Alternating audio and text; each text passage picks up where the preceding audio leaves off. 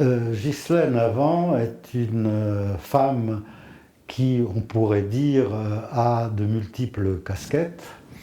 Elle est danseuse, chorégraphe, un peu cinéaste, musicienne, et elle est depuis plusieurs années, je crois 10 ou 11 ans, elle est engagée dans un projet qui est un projet très ambitieux.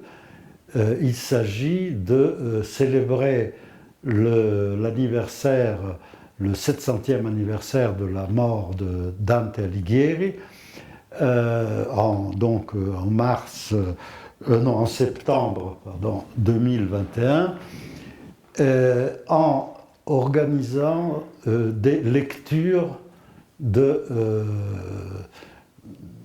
la Divine Comédie, d'une partie de la Divine Comédie, des lectures dans le monde entier et dans 40 ou 50 langues différentes.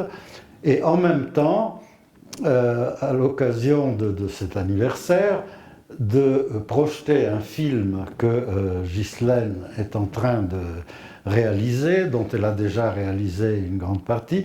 Et ce film, c'est la lecture de certains chants ou certains morceaux de la Divine Comédie par des gens de différents pays, de tous les pays possibles et imaginables. L'Égypte, le Japon, le Vietnam, l'Inde, l'Arabie Saoudite. Donc il y a là, et chacun lit ce passage de la Divine Comédie dans sa propre langue. Et tout ça est filmé, va être filmé, et donc on pourrait présenter à cette occasion un film de combien, une centaine d'heures, je crois. Le film, le montage, on va le réduire à 24 heures, oui, pour que ce soit le temps d'un jour et de la nuit. Mais enfin, il y a une centaine d'heures de tournage. Ah, c'est pas des centaines, oui, c'est des centaines, ouais. Des centaines qui s'approchent de 1000 probablement. Voilà. Alors, donc, pour ce projet, vous avez parcouru le monde entier, vous avez encore une partie du monde à parcourir. Oui. Et donc, enfin, on peut espérer que tout sera prêt donc, pour cet anniversaire, ce 700e anniversaire. De toute façon, tout est déjà prêt, dans ce sens que, et j'ai d'ailleurs décidé de ne pas finir pour 2021, c'est-à-dire tout ce que j'avais envisagé de filmer, c'est-à-dire tous les continents, mais j'ai déjà 70 nationalités. Donc je ne suis pas allée en Australie, mais j'ai filmé des Australiens. Ah oui. Voilà, donc du coup, pour me concentrer justement sur la célébration et pas la manquer. Parce que si je continue à parcourir le monde, je sens qu'aujourd'hui, je m'éloignerai enfin en tout cas de la célébration, pas du projet. Ce qui n'empêchera pas de finir plus tard. Bien. Voilà. En tout cas, c'est un projet, j'ai dit tout à l'heure que c'est un projet ambitieux, c'est un projet extrêmement original aussi, vraiment, il fallait y penser. Et ce que je voudrais vous demander tout d'abord, Ghislaine, c'est d'où vient cette passion pour Dante et comment est-elle née? Alors, c'est une belle question importante. C'est né déjà c'était en 98. J'ai donc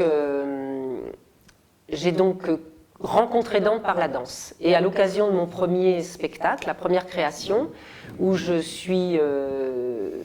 travaille sur le mythe d'Orphée, à partir des sculptures de Rodin, avec des textes de Rilke. Et c'est en allant au musée Rodin que je vais rencontrer Dante. Et donc, parce que dans les archives, je découvre que le penseur de Rodin, c'est Dante. Et du coup, je suis extrêmement surprise de pas connaître, de pas avoir cette information, de pas savoir que le penseur de Rodin, c'est Dante, alors que le penseur, c'est une des sculptures les plus connues au monde. Et je me dis, mais comment se fait-il? Et puis je m'aperçois autour de moi que très peu de gens le savent. Donc, quand j'ai eu cette information, j'ai lu Dante. Donc, j'ai eu une première traduction qu'un philosophe m'avait donné, avec qui j'ai beaucoup travaillé, qui m'a aidé d'ailleurs à conceptualiser mes idées, qui s'appelle Patrick Légeois, un spécialiste d'Heidegger. Ça a été très très précieux dans ma vie, c'était un peu mon Virgile. Oui. Et donc j'ai lu sa traduction, j'en ai repris après une autre, celle de Jacqueline Risset, Et puis là, chose étrange, c'est que je vais déployer mon travail chorégraphique et en même temps, pendant 7 ans, je lis Dante. Sans me rendre compte que je suis en train de m'immerger, enfin, je ne me rends même pas compte de ce qui se passe. Je fais ça naturellement, enfin, intuitivement, naturellement. Et donc, au bout de 7 ans, j'ai réalisé que tout le travail que j'avais fait chorégraphique, c'était les fondations de cet ensemble chorégraphique que je construis, qui aura 7 pièces, inspirées de la Divine Comédie. J'en ai fait 4, réalisé 4. La dernière, c'était pour Ravenna Festival. Et donc voilà, ouais, c'était surprenant. Et en allant faire le premier volet, en Calabre, je me suis arrêtée sur la tombe de Virgile. Et là, une danseuse, elle était avec le livre, sous la statue de Virgile. Je venais d'acheter une caméra pour filmer la danse. Et j'ai dit à Laura, lis-moi la première page, on va faire lire Dante à tout le monde. Mais je ne pouvais jamais imaginer ce que ça m'aurait fait faire, où ça m'aurait conduit, et dans tous ces pays, etc. C'est né comme ça, c'est né comme on respire. Et puis au fur et à mesure, j'ai évidemment compris, puisqu'on est toujours dans la forêt obscure. Et c'est ça c'était comme pour moi, ça a été rencontrer Dante, ça a été accomplir ma propre initiation. Voilà, c'est-à-dire que la Divine Comédie, c'est une expérience vécue par Dante en premier, et une expérience à laquelle Dante nous invite. Oui. Nous invite à parcourir notre propre chemin. On a chacun un rôle dans la vie, on est tous une facette de ce prisme qu'est l'humanité, et donc ben voilà, moi c'est ma mission. Et tu as parlé là de la Calabre et de la statue de Virgile, de le tombeau de Virgile. Il faut préciser que tu es d'origine italienne par ta mère. Oui. Voilà. Donc peut-être que ça a facilité la lecture de Dante aussi, le fait que très certainement. Ben, ça l'a facilité pour une raison, je vais vous dire. Parce que d'abord, ma mère m'a jamais parlé l'italien. Et comme dès 1 an, moi j'allais en Italie en vacances dans ma famille. Enfin, j'ai encore de la famille d'ailleurs là-bas. Et donc, la première langue que j'ai entendue, c'est le dialecte calabrais. Et c'est assez étrange parce que du coup, ça m'a... Quand j'ai après étudié l'italien à l'école, puisque j'ai fait la 3e langue, et j'ai vécu 1 an à Rome et tout ça, la distorsion entre le calabrais de ma grand-mère et de ma mère et l'italien m'a permis de comprendre assez aisément les autres dialectes. De comprendre comment... oui, c'est comme une distorsion, je ne sais pas, parce qu'il y a quelque chose qui reste et en même temps c'est autre chose. Et du coup, d'avoir un accès à la langue de Dante. Il faut préciser que parmi les innombrables traductions de la Divine Comédie, dans toutes les langues possibles et imaginables, il y a même une traduction en calabrais. Oui, c'est une fois j'étais avec ma maman, je rentre dans une librairie et je me dis on va demander, peut-être elle existe, je savais qu'il en existait plein, enfin bon, et j'avais déjà aussi filmé des traducteurs du genre en veneziano, romagnolo, je sais plus, enfin napoletano. Bref, napoletano, et donc donc on est rentré dans cette librairie et j'ai trouvé les trois livres qui sont très beaux d'ailleurs, très très beaux. Et du coup j'ai filmé quelques calabrais évidemment qui lisent Dante. Silenzio, che c'è Dante in dialetto pentonese. Era già l'ora di qua nostalgia, pensando a gente che sono lontani e naviganti corici pezzia. E fa mangiare lacrime cupane, a cui poco per tu e a chi mo senti, dall'ombra non si tocco di campo. Oui, alors donc au cours de tes pérégrinations dantesques dans le monde entier, tu as pu rencontrer non seulement des lecteurs de la Divine Comédie, mais aussi des traducteurs, parce que, donc, comme on disait, ça a été traduit dans toutes les langues possibles. Oui, j'essaye toujours de rencontrer les traducteurs, c'est important, parce que pour moi aussi, c'est à la fois l'occasion de... Puisque moi, j'arrive à Dante, pas du tout par l'université, c'est vrai que ça, c'est assez spécial et que c'est un chemin particulier, original en ce sens. J'y viens par la danse, mais enfin, Dante et la danse, hein, finalement, c'est... Non, mais c'est très original, comme approche. Mais en même temps, hein, l'amor che move il sole e l'altre stelle, c'est un mouvement. Bien je veux dire, sûr. il y a quelque chose de... Et donc cette énergie, moi je l'ai traversée par le corps. Enfin, l'enseignement aussi dans ma vie, c'est la danse et ça m'a appris beaucoup de choses. Dans les principes de Dante, c'est des principes que j'ai compris, vécus, expérimentés par le corps. Voilà. Et donc, oui, donc je ne sais plus, la question c'était... Non, la question c'était donc tu as rencontré ah oui, les traducteurs. Et donc, bah oui, donc j'essaye toujours parce que et je me rends compte que dans leur souvent un traducteur met une vingtaine d'années à traduire Dante. Hein, c'est une implication. Comme moi, c'est ma vie avec Dante. Enfin, là, c'est clair et net. Hein, c'est plus que j'ai découvert Dante en 98, 99. Voilà, j'en suis pas sortie et je crois que j'en sortirai jamais parce que vu le projet que j'ai déployé, il va y avoir plein de formes qui vont aboutir de cette matière et d'image, mais aussi la danse et d'autres choses. Donc voilà, et donc les traducteurs, c'est intéressant d'avoir un miroir, de pouvoir échanger avec quelqu'un qui a une implication aussi grande que celle que de traduire Dante. Donc moi, on se retrouve dans les mêmes... Je me souviens d'une chose très belle, c'était une jeune femme à Venise, albanaise, qui part en Albanie, qui me ramène le livre. Elle me fait une belle dédicace et elle me raconte que son père était à l'école avec l'homme qui a traduit Dante. Et elle me traduit la préface de ce traducteur, avant sa traduction, et il explique que Dante, donc voilà, au moment où il sent qu'il va finir, enfin ça fait plus de 20 ans qu'il est sur cette traduction, il est dans sa maison de campagne et il sent qu'il va finir, donc il annule ses cours à l'université parce qu'il sent que c'est la fin de sa traduction. Il est arrivé à terme, à la fin du paradis, et il raconte que quand il a traduit le dernier vers, hein, qu'il a posé le stylo sur la table, il a senti que Dante, qui avait été là durant toutes ces années à côté de lui, venait de partir. Et ça me bouleverse parce que c'est ce que je sens. Moi, je sens que Dante est avec moi. C'est comme un ange. C'est comme un ange qui me protège, qui m'ouvre les portes d'Auschwitz, les portes des pyramides, alors que partout c'est interdit de filmer pratiquement aujourd'hui. On ne peut plus rien faire. Donc, et tout s'ouvre tout le temps. C'est comme s'il était là derrière moi. Et je suis très très à l'écoute quand je pars dans un pays, puisque je voyage seule, ce qui est quand même pas évident. Même des pays comme en Inde et tout ça. Enfin bon, moi, comme j'ai pas beaucoup de moyens, du coup, j'ai fait des choses. Je voyage, je dors dans des bus. Enfin bon, après, c'est une vraie expérience. Hein, c'est dangereux comme l'enfer, le purgatoire et le paradis, puisque au bout du compte, tout est dangereux chez Dante. Hein, sauf qu'on a la capacité de transformer au paradis les choses à la vitesse de la lumière. Et je me retrouve dans des situations où je vis la comédie. Voilà, je ne fais pas simplement que de la danser ou de la filmer, c'est la vivre, à travers ma propre expérience. Je dis des fois un peu simplement, mais aux gens, parce que du coup je parle beaucoup de Dante, j'ai l'impression que presque mon premier métier, c'est de prêcher Dante.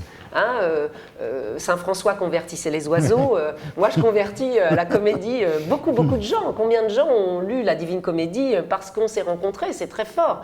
Puis, alors c'est du travail en individuel, c'est pas, enfin à part les spectacles, mais voilà, maintenant ça va être le temps de répandre ça collectivement. Hein. Pour le moment, je suis allée comme Dante fait. Dante traverse l'enfer. Dante, c'est un homme qui traverse l'enfer. Moi, je suis une femme qui traverse l'enfer, le purgatoire, le paradis, je voulais dire le monde des morts, et moi je suis une femme qui traverse l'enfer, le purgatoire, le paradis, à travers le monde des vivants. Voilà. Et c'est une espèce de miroir, une espèce de l'autre face de la médaille, le féminin, le masculin. Il y a quelque chose qui se joue aussi dans cette histoire qui est très beau. Et voilà. Et donc, bon, vous avez rencontré non seulement les traducteurs, mais vous avez surtout rencontré des lecteurs de la Divine Comédie. Ah oui. Et certainement, il doit y avoir une galerie de personnages insolites, extraordinaires, incroyable, très intéressants. Est-ce que vous avez, comme ça, en tête quelques-uns de ces personnages? Elle vient de me passer une chose par la tête, je ne sais pas pourquoi je pense à lui, donc je vous le dis. Un jour, je vais au sport d'hiver, une amie m'emmène, me dit « Bon, écoute, tu travailles assez, mes parents ont une maison, ont loué un appartement, viens avec nous au sport d'hiver. » Donc elle m'emmène, je pars et quand je loue les skis, donc là je vois cet homme, le parfait moniteur de ski. Je me dis « Le voilà, celui qui va lire sur les skis. » Et donc... Je lui parle de la comédie, il accepte de lire, et il me dit, quelques jours après, j'ai 2 jours de congé, est-ce que c'est possible de faire dans ce moment-là? Je dis oui, je serai là. Et donc, on échange les numéros, et je lui dis, choisissez un lieu où vous avez envie de lire. Et à partir de là, d'ailleurs, j'ai très peu choisi après, je laisse beaucoup faire les gens. Parce que du coup, ils me mènent là où ils aiment. Et comme dit Saint-Augustin, l'amour nous fait devenir ce que nous aimons. C'est ça. Et c'est cette chose-là qui est très très importante pour moi, que j'ai appris à faire avec Dante. C'est un chemin vers l'amour, vraiment, c'est un chemin d'amour. Et donc, je l'appelle, il me donne rendez-vous en cime d'une montagne, et donc moi je l'attendais, assise dans la neige, et d'un seul coup je vois cet homme arriver avec un énorme sac à dos sur les épaules en courant, et il s'approche et il me dit « T'es prête ?» Alors en général, c'est moi qui demande si tu es prêt à lire. Alors j'ai dit, prête à quoi? Alors il me dit, écoute, moi je suis prof de parapente, je veux lire en plein vol. Et là, vraiment, moi j'ai le vertige et tout, je me dis, c'est pas possible. Je demande à mon amie si elle veut pas aller à ma place, elle me dit, écoute, je crois que là, j'adore ça, mais elle me dit, de quoi t'as peur? Alors je comprenais bien que j'avais peur d'avoir peur et que là, j'étais à l'épreuve de soigner ma peur. Et donc... Comme c'est le rituel quand je rencontre quelqu'un, sauf quand c'est un choix, il avait choisi de lire Le Paradis, donc Le Monde, et après on ouvre le livre au hasard, et la page qu'on a sous les yeux, on la lit. Donc il ouvre le livre au hasard, 28e chant du Paradis, la hiérarchie angélique. Je me dis, super, au moins tous les anges sont là, ça devrait bien se passer. On a arraché la page, je lui ai dit, écoute, on va coller, puisque j'étais avec le casque devant lui il tient la voile, donc il ne pouvait pas tenir le livre. Donc il a trouvé du Chatterton et il m'a collé la page sur mon casque. Et donc je suis partie avec ma caméra comme ça. Alors c'est pas très intéressant au niveau cinématographique, il n'y a pas de cadre, il n'y a rien. Mais alors l'expérience, c'était inouï. J'étais en face du Mont Blanc, ma mère est italienne, mon père est français. J'étais avec un toqué qui faisait des cercles dans le ciel et qui me lisait Le Paradis. C'est extraordinaire. Extraordinaire. Quand je suis arrivée au sol, l'expérience physique même de l'histoire, j'étais pendant au moins une dizaine de jours, j'étais plus au même endroit dans la vie. J'arrivais pas à me poser. Vous savez, quand on a passé comme ça un temps, enfin on est resté peut-être 40 minutes comme ça en suspension, et du coup j'ai même pas eu de vertige puisque j'étais concentrée sur le fait qu'il lisait Dante et que j'étais dans une situation complètement surréaliste dans le sens plus que la réalité. C'était formidable, oui, vous comprenez? Oui, et bien donc sûr. voilà, et quand on s'est posé, il m'a dit on reprenait les paniers pour retourner là d'où on venait, il me dit c'est bien d'échanger ses passions. Jacqueline Risset m'avait dit vous l'avez pas épousé, et j'ai répondu à Jacqueline, je lui ai dit non, je crois que Dante il n'est pas d'accord. Oui, alors, donc vous avez, comme dans cet épisode que vous venez de raconter, vous avez, pour votre projet et pour le film qui accompagne ce projet, vous avez eu l'idée de filmer des lecteurs en situation, c'est-à-dire, je prends un exemple, il y a un Égyptien qui lit la traduction en arabe de la Divine Comédie, qui lit un passage devant une pyramide. Devant les pyramides. Un autre devant une pyramide aztèque à Mexico. Oui, alors là on a lu le en espagnol. Voilà, alors là par exemple lui il n'a pas ouvert au hasard, puisque devant la pyramide, à la pyramide du soleil, il a lu le cercle du soleil. Tú lo crees dotados de hechizo, de cuanta ciencia en vuestra especie cabe, infundida en los dos por quien los hizo. Y te asombra el que dije yo que sabe más que cualquiera, y con saber más hondo el que tiene con la quinta luz su enclave. Voilà. On lui a donné, on a mis en lien, on a fait un pont entre... Oui, toujours, vous avez essayé de c'est-à-dire faire que le un rituel, lien. pas toujours, en général c'est le hasard qui le fait. Le rituel, c'est le lecteur choisit son monde, et ensuite il ouvre le livre au hasard, et la page qu'il a sous les yeux, il la lit. Et c'est extraordinaire à quel point c'est parlant. Moi j'ai vu une femme fermer le livre, se mettre à pleurer et pas pouvoir lire parce que ce qu'elle était en train de lire, c'était la situation dans laquelle elle était dans la vie, et c'était pas tolérable. Et donc, les pyramides, non. Là, la pyramide, qu'est-ce qu'on lit devant... Il y a des endroits où on est obligé de se poser la question. La pyramide d'Égypte, on a lu la fin du purgatoire. Voilà. Absolument. C'était passage au paradis. Ça paraît logique. Ça paraît logique, voilà. Il y a des évidences où faire lire Le Fond de l'Enfer devant l'appartement d'Hitler, ou voilà. En 2017, après l'élection de Trump, je suis allée devant la Maison Blanche. On a lu aussi Le Fond de l'Enfer. Il y a des choses qu'il est important. À Auschwitz, on n'allait pas lire ni l'enfer ni le paradis, c'était insensé. Mais par contre, j'ai donné à cet homme de 90 ans qui m'est tombé du ciel, que j'ai eu la chance qui m'a emmené là où il avait passé 3 ans, et il a été miraculeusement libéré grâce à un ami qui savait qu'il était dans le camp et qui devait travailler pour des services secrets ou je ne sais pas quoi, cette histoire. Enfin, il m'a raconté toute son histoire. J'ai 2 heures de film sur toute son histoire dans sa vie, dans le camp et tout ça. Et je lui ai donné le Paternoster de Dante, le pardon. Voilà. Mais on peut dire que Auschwitz est probablement l'endroit le plus dantesque parmi ceux que vous avez explorés pour... Curieusement, oui, évidemment. Enfin, c'est extrême. Disons qu'il est extrême. Mais tout est assez extrême. C'est autant extrême d'être en parapente que d'être. Bien sûr. Voilà. Il y a quelque chose chez Dante, et c'est ça qui est, comme c'est quelqu'un de la transgression, ce qui est le rôle du poète, en réalité.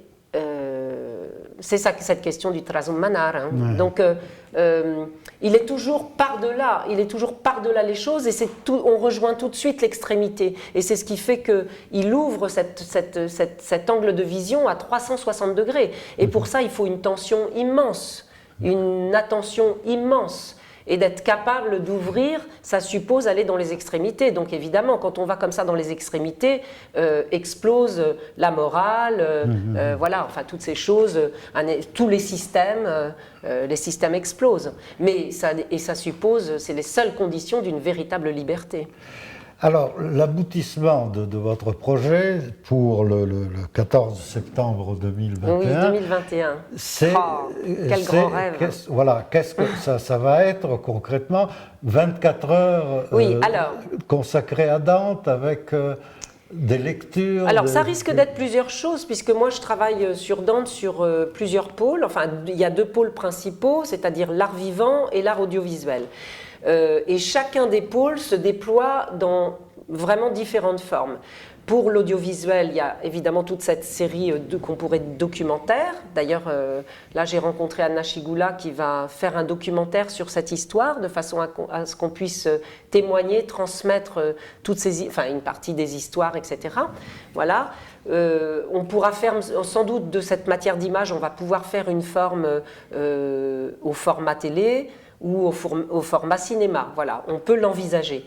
Et puis, ça va vers l'installation, donc la célébration 2021, c'en est une, mais j'ai aussi travaillé il y a 1 an et demi sur une installation en réalité virtuelle, c'est très beau, on a construit avec un développeur une spirale descendante pour l'enfer, montante pour le purgatoire, et un cercle, le paradis qui entoure ça, et qui permet donc, on met comme toutes les installations virtuelles, on met un casque, et du coup on est à l'intérieur, et arrive du coup, du son, de l'image, enfin des choses. C'est quelque chose qu'on a mis en travaux, qui n'est pas complètement fini. Voilà, par exemple, ça c'est un projet, s'il y avait quelqu'un d'intéressé, un musée ou je ne sais pas quoi, qu'on peut continuer de déployer. J'ai beaucoup de formes qui ont été mises en route et qui peuvent se déployer dès que ce sera possible. Alors pour 2021, la forme, donc le film... L'intégralité de la comédie, ce que j'ai déjà, j'ai toute la comédie. Hein. Et puis de toute façon, si je dois finir les langues manquantes, il suffit d'aller à Aubervilliers et puis on va trouver beaucoup de... C'est intéressant aussi d'avoir un endroit du monde, tout le monde, c'est pas mal non plus. Donc voilà, je pense que... Et ce sera donc 2021 personnes. Voilà, je vais arriver à 2021 personnes pour 2021 qui vont lire Dante, voilà, qui vont se faire la voix de Dante. Et dans combien de villes? Alors, l'idée, c'est de projeter les 100 chants, le film durera 24 heures, de projeter les 100 chants sur 100 écrans dans 100 lieux du monde en simultané. Ce qui veut dire qu'avec tous les décalages horaires, parce que c'est beaucoup plus subtil que ce qu'on nous donne, évidemment, puisque si ça se décale avec tous les fuseaux, ça veut dire qu'en un quart d'heure... Ça vous couvrira les 24 heures, justement. Oui, et puis ça veut dire qu'avec tout ça, ça veut dire qu'en un quart d'heure, on va voir tous les chants qui vont résonner ensemble, et toutes les langues. C'est ça l'histoire, c'est retrouver de cette symphonie cette voix qui fut le chant de Dante, qui est le chant de Dante. Comme un chant, le La du monde, hein, qui est le titre du film, le La au sens de la note qui accorde les instruments, évidemment, qui accorde tout le monde, mais le La qui est celui de la fréquence, et le La du lieu, c'est-à-dire chacun à son endroit sur cette terre. Donc qui est cette croix, cette intersection entre la temporalité et la fréquence. C'est pour ça que le projet s'appelle le La du monde. Le La du monde, voilà. Et donc, oui, ben, je crois aussi que c'est la grande... c'est sans doute le message de Dante, c'est-à-dire l'unité, c'est Trasum Manare, l'unité par la langue, à travers la langue. Aujourd'hui, et donc la langue qu'on comprend de Tokyo à New York, eh ben, c'est pas l'anglais, c'est le JavaScript aujourd'hui. C'est la langue informatique. Donc j'ai écrit aussi une arborescence, je suis en train de travailler sur une traduction web de la Divine Comédie. Voilà. Donc voilà. J'ai mis ça en route, alors c'est pareil, s'il y a les moyens, bah, je le ferai pour 2021, peut-être après, enfin on verra. Là ça va être un peu en fonction de comment le projet va se déployer. J'essaie de monter un projet européen dans lequel toutes ces formes sont là et qui me permet de retisser du lien. Mais enfin, il y a déjà des gens, il y a déjà des écrans qui sont déjà programmés pour 2021, hein, comme en Éthiopie, à Addis Abeba, à l'Alliance française. Voilà, il y aura sûrement une installation avant, en juin, et le 14 septembre, l'installation mondiale, donc quelque chose qui va préparer. Et puis au Canada, à Montréal, avec l'Institut italien, l'ambassade de France à La Havane, au Mexique, à Oaxaca, j'ai rencontré des gens, une association qui travaille sur les langues. Et là, il y a un homme qui m'a traduit un chant zapoteco, la langue ancestrale du Mexique. Voilà. Donc on va, voilà, tout ça. C'est c'est-à-dire que c'est un projet qui part comme Dante le veut, en étoile. Et donc c'est plein de. C'est ça qui c'est la difficulté dans ce projet, c'est vraiment de garder, avec vigilance et rigueur toutes ces encres jetées un peu partout. Voilà, en tout cas, nous souhaitons le plus grand succès à ce projet, qui est vraiment... Bon, j'ai dit qu'il était ambitieux, il est aussi original et très très intéressant. Donc, je pense que parmi nos auditeurs, nos spectateurs, il y en aura certainement qui voudront participer directement. Et voilà. Je les attends. Je te donne rendez-vous peut-être pour une autre. Avec plaisir. Un autre entretien. Avec plaisir. Mais on peut, si vous voulez, si ça vous dit, d'ici 2021, on peut imaginer un suivi de quelque chose, ce qu'on va mettre en place, qui peut sa journée. Voilà. Absolument. En tout cas, merci de m'avoir interviewé. Et je suis très, très heureuse de partager avec vous cette passion, cette mission. Mi chiamo Ghislaine Avant e sono un'artista italo-francese e lavoro da quasi 20 anni guidata da Dante in diversi campi artistici. Voglio presentare un film che sto realizzando da 11 anni che consiste nel filmare in tutto il mondo persone che leggono un estratto della commedia in tutte le lingue. Της αγωνίας του δεν ακούς το κλάμα, το θάνατο δεν βλέπεις που τον πολεμά, όπως η θάλασσα που την πλημμύρα δεν νικά. Que aquella viva luz que así chorrea de su fanal, sin desunión alguna de él o el amor que el tres con ellos crea. 我と汝と残れる聖をただ印によりてその後ろに送る。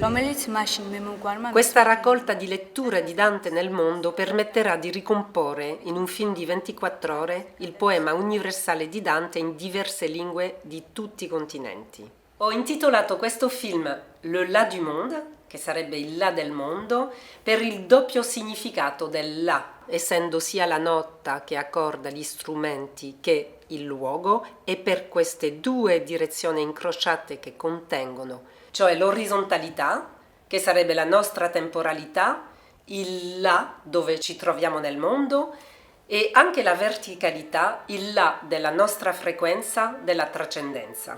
שלא יתרמו כפילותם בני התמותה.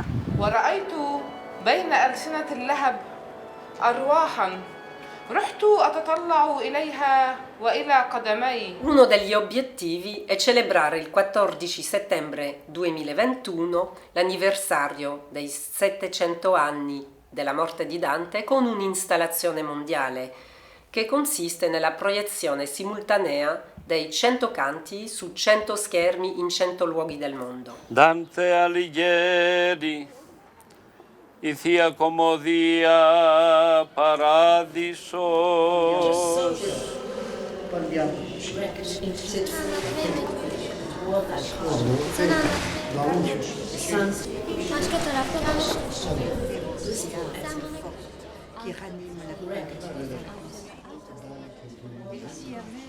Tutti questi lettori, che chiamo spesso gli angeli di Dante, lo rendono tanto vivo.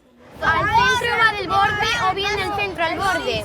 El agua en un redondo vaso no me vino esta idea por acaso, sino irrumpió de su... Perché questa Babella sia divina, occorre che ci siano tutti i continenti rappresentati. Questo crowdfunding servirà a finanziare le riprese sul continente dell'Asia. L'idea sarebbe di partire da Mosca a Vladivostok per poi raggiungere la Corea del Nord, il Giappone, la Cina, la Mongolia, l'India e poi tornare per la Georgia e l'Armenia. Mi sento totalmente investita di questa folle missione di dare voce all'umanità nella sua ampiezza e diversità più grande possibile, per tutti insieme, uniti, diffondere il grande messaggio d'amore, di luce e di pace che porta Dante sulla terra.